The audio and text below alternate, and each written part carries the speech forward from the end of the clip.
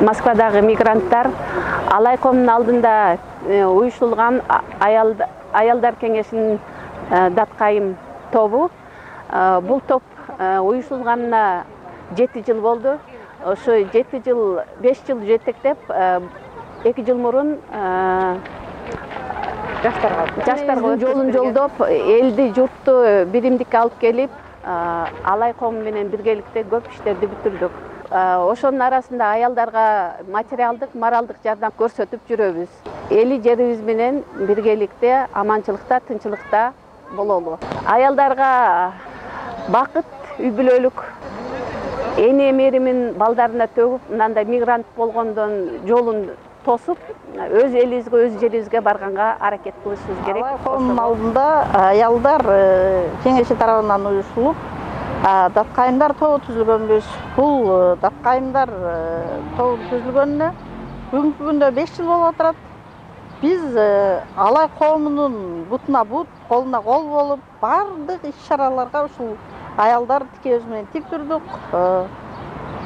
Бүгүнкү күндө бул Даткайымдардын түзүлгөнүнө да 5 жыл болду.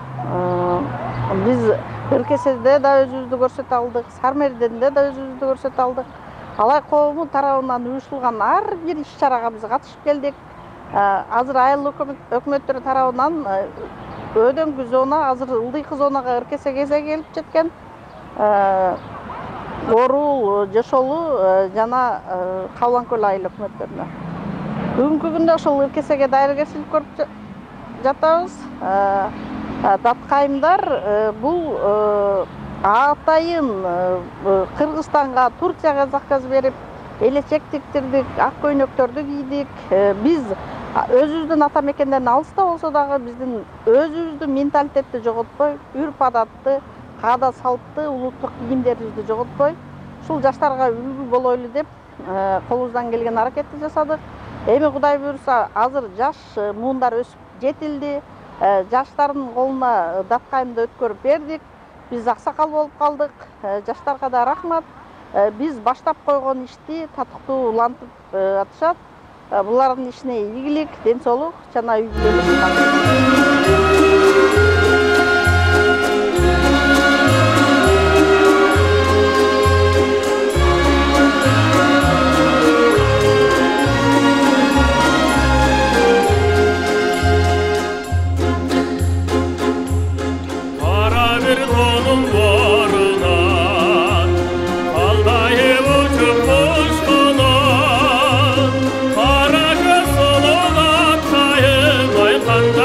Jangan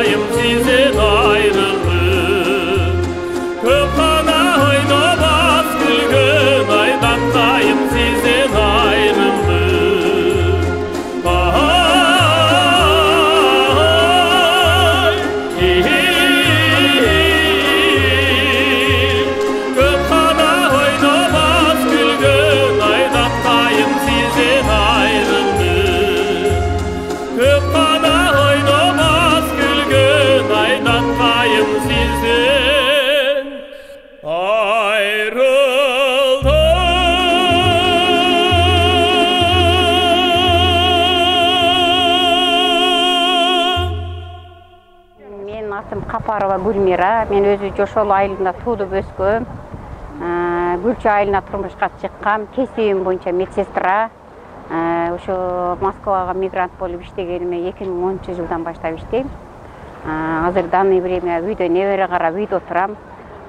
Буларга кошулганыма сыймыктанам. Ушу Даткайым коомуна кошулганыма. Ушуларда коомдо кошулуп жүргөн кыздарга, балдарга бардыгына чың ден соолук, узун өмүр, иштерине ийгилик болсун. Мен Жана Нургүл Болотовна 1977-жылы Үчтөбө айыл өкмөтүнө караштуу Маданият айылына төрөлгөнмүн. Өз кесибим боюнча тарых мугалими. Жашоо шартка байланыштуу азыркы мезгилде Москвада мигранттардын санын толуктап ушул жакта жүрөм. Даткайымдардын составына кошулганыма 2019-жылдан баштап кошулдум. Ушундай биздин алайдан чыккан ушундай асыл айымдардын баарына шүгүр. Ушуларга кошулуп калганыма абдан кубанычтамын. Эне деген улуу ыйык сөз белен, энелердин жан дүйнөсү кеткенин, курсагым деп айт электе баласы, энелердин тамак ашы беттелен деп биз ушу 2023-жылдын 1-июнь балдарды коргоо күнүнө карата өзүбүздүн даткайымдардын өзүнүн мындай белек катары кылып балдарды куттуктадык. Ошо анан маданият тармагында өзүм кичине бир жазам, ырдайм. Ырда десең ырдайын, ырдабай деп турбайын деген сыяктуу. Алчадай жүзүң мөлтеткен, атаңдан башка өтпөгөн. Ала жасайган чырпыктай, анда сен 15 жашта элең. Анда сен 15, анда мен 15, анда биз 15 жашта элек. Рахмат. Мен Чокоева Ыкбал Жээнбаевна, Алай районунун Гүлчө айылынын тургуну. 2006-жылы, 2007-жылы турмуш шартка байланыштуу ушу Москвага келип эмгектенип калдым. Алай коомунун даткайымдарга 2015-2016 жылдары ынтымак кечеси менен бирге ошондо кошулуп калганмын. Ошодон бери ошол даткайымдардын мүчөсү болуп жүрөм. Жалпы кыргыз элиме, кыргыз журтчулугума, ушу мекендештериме ден соолук, заманыбыз тынч болсун, эл журт аман болсун, токчулук, молчулук болсун, Кыргызстаныбыз өнүп өссүн. Мен Терменшикова Улукбай Жымкуловна, Алай районунун Үчтөбө айылынын айыл өкмөтүнөн болом. 49 жаштамын, кесибим боюнча бухгалтермын. Азыр ушу турмуш шартыбызга байланыштуу Москвада мигранттардын катарын толуктап жүрөм. Кайымдарга мүчө болгонума 2 жыл болду. Үй бүлөлүк бакыт, ден соолук, ошо таткай энебиздей күчтүү, кайраттуу энелерибиз көбөйө берсин, катарыбыз кемебесин. Жердештер, менин атым Тагайбекова Гүлгак Рыспаевна, Алай районунун Гүлчө селосунда туулуп өскөм. Мен дагы бул Москва шаарына эл катары 2007-жылы эмгектенгени келгем. Ушу 2007-жылдан бери эмгектенип келатам. Мен 2016-жылы келдим, өзү Алай коомуна келип, андан кийин иш-чараларга катышып, андан ошол даткайымдардын кеңеш даткайымдардын мүчөсү болуп келе жатам. 2019-дан баштап мени ушул Алай коомунун маданият жагын, маданият сектору болуп иш алып барып келдим. 3 жылдын ичинде биз 2019-жылы Алай коому биздин Донино айылында чоң, аябай чоң деңгээлде ыркесен өткөрдүк. Ошол ыркесеге чоң салым коштум деп ойлойм. Андан кийин Калпак күнүндө катыштык, эгемендүүлүк, Кыргызстандын эгемендүүлүгүндө катыштык, айылдар алабы ыркеселерге катыштык, Сармерден көптөгөн иш-чараларга катышып келе жатабыз. Ошол таланттууларды топтош үчүн Алай коомунун ичинде айылдар аралык, айыл өкмөттөр аралык ыркесени уюштурдук. Ыркесени уюштуруп, ошолдон бир 4кө бөлдүк бул ыркесени. Себеби бизде катылып жаткан таланттуулар аябай көп экен. Ыркеседе сурулуп чыгышты. эми мындан ары чоң деген сырткы иш-чараларга катышабыз деген ойдобуз. Таланттуулар алайда көп аябай. Чыңгыз Айтматовдун 90 жылдыгында дагы биздин алай коомунан биздин таланттуулар катышты. Орозкулдун ролун биздин Алтын Акматов аябай сонун аткарып берди. Кемпирдин ролун биздин Нургүл Даткайындар мүчөсү Нургүл деген кызыбыз аткарып берди аябай сонун. Мен ошол иш-чаранын уюштуруу тобунда болдум. Чыңгыз Айтматовдун Ак кеме чыгармасын аткарышты да, ошондо бүт форма жагын мен даярдап бердим, уюштуруп. Кийген кийимдерин, жанагы бугунун, мүйүзүн Экоал досум экөөбүз аябай издеп, Москванын базарларын издеп, базарларда кыдырып жүрүп ушундай бугуну, мүйүзүн, камчы, Нургазынын фуражкасын, дүрбүсүн, портфелин, жанагы Нургүлдүн формасы, көйнөк, кемзир, оштон атайын масы галошун бул сатып алганга менин классташтарым алайлык өзүмдүн 70 жылкы классташтарым аябай чоң салым кошту. Мен ошо классташтарыма дагы аябай чоң ыраазычылык айтам. Дайыма биздин алай коомго өздөрү келбесе дагы финансы жагынан дайыма салымдарын кошуп келатат. Кыргыз энеси менен таанылат, кыргыз маданияты менен таанылат. Кыргыз экенибизди биздин мынабу кийип турган биздин формабыз, биздин элечегибиз, биздин калпагыбыз таанытат. Жаш балдарга дагы ушундай үйрөтүп, кийинип, ушулар билсин деп салт санабызды көрсөтүп үйрөтүп келатабыз, ушулар унутулуп кетпесин деп. Себеби азыр көпчүлүк жаштар билбей эле баратышат да. Дүйнө жүзүнө тынчтык каалайм. Тынчтык болсун, согуш болбосун. Кыргызстаныбыздагы тынч болсун, Кыргызстаныбыз өнүп өссүн. Биз дагы ушинтип жүрө бербей, биздин балдарыбыз дагы Кыргызстанды өстүрөлү, өнүктүрөлү, салымыбызды кошойлу, кыргыздыгыбызды эч качан унутпайлы.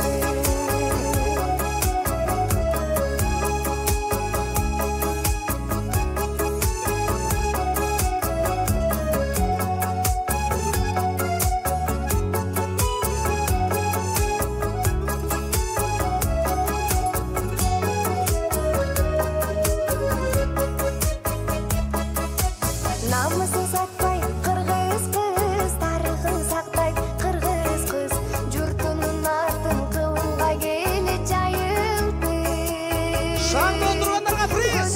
Сокон елімді қуаттап тұрған еліңді қырғыз қыздайым бар болсын салтын сақтаған жарқысын сенің басқан жолың жарыққа қарай шашқан жолың жаратқан сенің жүзіңі жарық нұр шашсын қырғыздың қызы қымбатсың қылғандар ішке қылдасың қызысың елден қылымды келген қарыты қызысың елден қылымды келген қарыты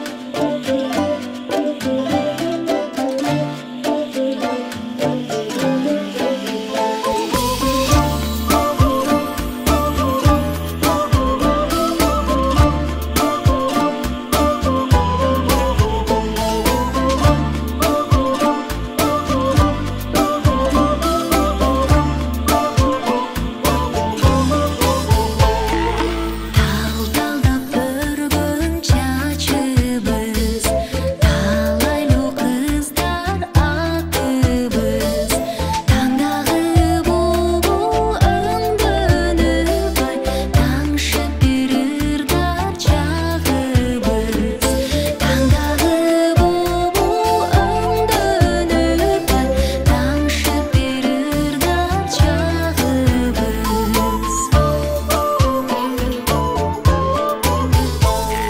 Сай-сайға чыққан дарақтың саясы беле жалбыра сарору болған жүректің ай дарысы беле қыз бура сарору болған жүректің ай дарысы беле қыз бура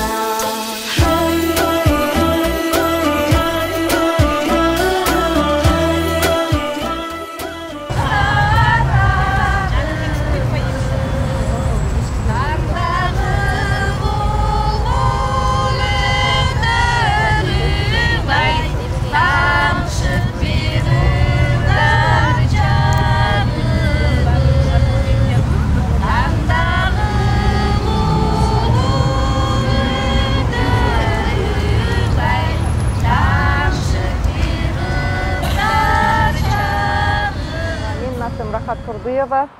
Мен Москва жергесиндеги Алай коомунун аялдар кеңешинин төрайымы болуп 2021 жылдан баштап шайланганмын. Азыркы учурда негизи Москва жергесине келгениме 8 жылдын жүзү болуп калды. Ал 8 жылдын аралыгында 5 жылдан бери Алай коомунун аялдар кеңешинде ушу даткайымдарда мүчө болуп активдүү катышып келгенмин. Мен кесибим боюнча стоматолог-гигиенист. Азыркы учурда Москва жергесинде метро Дубровкада өзүбүздүн жеке клиникабыз бар. Азыркы учурда биздин аялдар кеңешинин мүчөсүндө 14 айыл өкмөт бар. Биз ошол 14 айыл өкмөтүнүн аялдары менен биргеликте ушул Москва жергесинде иштеп жаткан жалпы мекендештерибизге моралдык жана материалдык жактан жардам көрсөтүп келебиз. Ушу бөтөн элде, бөтөн жерде жашап жаткан биздин мекендештерибизде ар кандай ситуациялар, оор кырдаалдар, оор тагдырларга туш келген учурлар болот. Ошолорго материалдык, моралдык жактан колдоо көрсөтүп келебиз. Мен төрайым болуп келгенден баштап ушул Алай коомунун ичинде жакынкы эле айларда 1-июлунда жаш балдарга арналган балдар биздин келечегибиз аттуу майрамдык кече өткөзүп бердик. Андан алдын эле орозонун урматына ооз ачыруу маракесин өткөздүк. Андан алдын жаңы жылдык кечелер бизде негизинен Алай коомунда байма-бай тез-тезден жолугушуулар болуп турат. Мындан аркы пландарыбызда ушу жакынкы айларда, сентябрь айларында Алай коомунда ыркесе өткөзөбүз. Андан кийин жаңы жылдык программалар келип жатат. Алдыда дагы көптөгөн пландарыбыз бар. Буюрса ошол пландардын бардыгын ишке ашырабыз деген чоң үмүттө жүрөбүз. Москва жергесинде бардык эле инсандар бул эмгек мигранты болуп келишет, бул жерде акча таап, үй бүлөсүн багуу. Азыркы учурда биздин жаштар деги эле акча табуу менен, үй бүлөсүн багуу менен эле чектелбестен, өздөрүн өнүктүрүүгө дагы көңүл бөлүп жатышат. Чоң-чоң семинарларга катышып, тренерлерге катышып, ошону менен бирге эле алай коомунун өзүнүн ичинде кеңеш берип кетебиз. Москва жергесине келген инсандын сөзсүз түрдө максаты болуш керек. Ошол максатка жетиш үчүн мындай законго баш ийип, өзүнүн кыргыз экендигин унутпай, кыргыздын атына жаман сөз тийгизбестен өзүн мыкты алып жүргөн болсо, өзүнүн жашоосуна дагы, мамлекеттин атына дагы сөз тийбейт.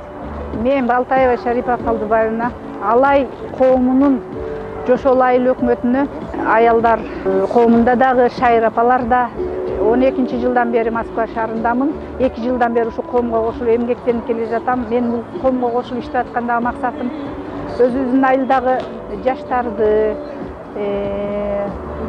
кыз келиндерди патриоттук сезимин ойготуп, ушу талаада жүрсөк дагы өзүбүздүн милдетибизди аткарып, кыргыз экенибизди унутпай, улуттук каада салттарыбызды, улуттук кийимдерибизди, конок тосуу, ушуга окшогон майда чүйдөлөрдү балдарыбыз унутуп калбаш үчүн өркүндөтүү максатында ушундай иш-чараларга кошулуп, жаштарды үндөп, аксакалдар группасында да аксакалдык кылып, өз үгүт насааттарыбызды айтып келатабыз. Буюрса, бул эмгегибиз талаада калбайт деп ойлойм. Жаштар бизди колдоп, чакырган жерибизге келип, айтканыбызды кылып берип атышат. Ушунчалыгына шүгүр. Элибиз тынч болсун, эл ичинде биз тынч болойлу. Кыргызыбыз, Кыргызстаныбыз өнүгүп, жакшы жетишкендиктерге жетишип кетсин. Талаада жүргөндө тилейт экенсиң, элиң жериңин тынч болгону биздин тынчтыгыбыз. Аман болойлу. Кимсан Туратбековна, алайдын кызы болом, Корулданмын, Корулдун 9 булагынамын. Ушу Москва шаарында 97-жылдан беримин. Балдарым чоңойду, балдарым балалыктары бул жакта өстү. Эми неберелерим өсүп атат, неберелерим чоңоюп атат. Токтолуп отурабыз алайдаткан айымдары. Жалпы калуу тилек эми орустарга ынсап берсин, талаада жүргөн кыргыздарыбыз аман болсун. Бизди күткөн ата-энелерибиз, тууган-уруктарыбыз тынч болсун. Ушу анан байып Кыргызстанга кайтышсын, Кыргызстанды көтөрүшсүн. Менин атым Клара, фамилия Медерова, ушул даткайымдардын мүчөсүнөн кошулам мен дагы. 1 жылдын жүзү ашып калды. Ушул даткайымдардын кошулганына ыраазымын.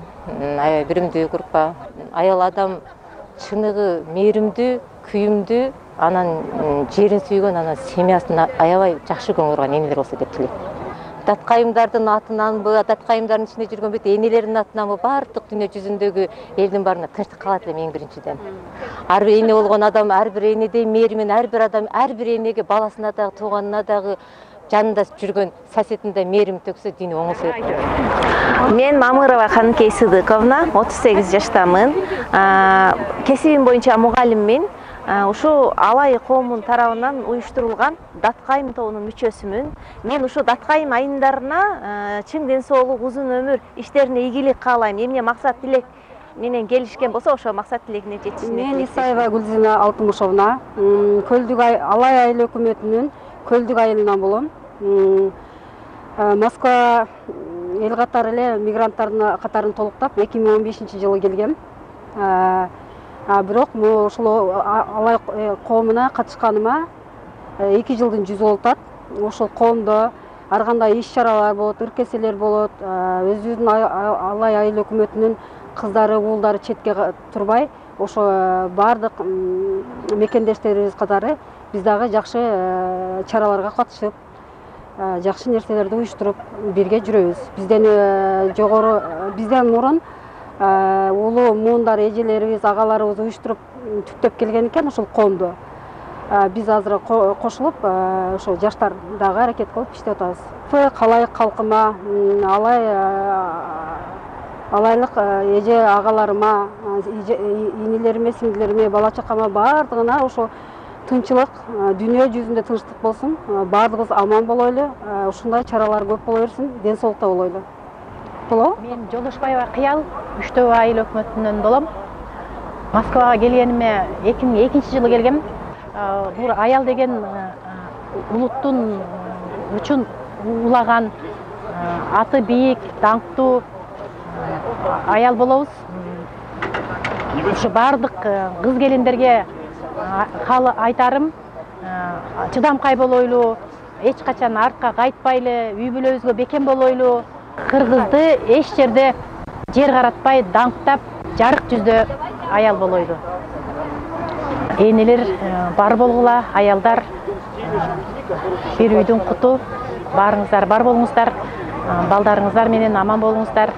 Бардык жакшылыктарды сиздерге каалайм.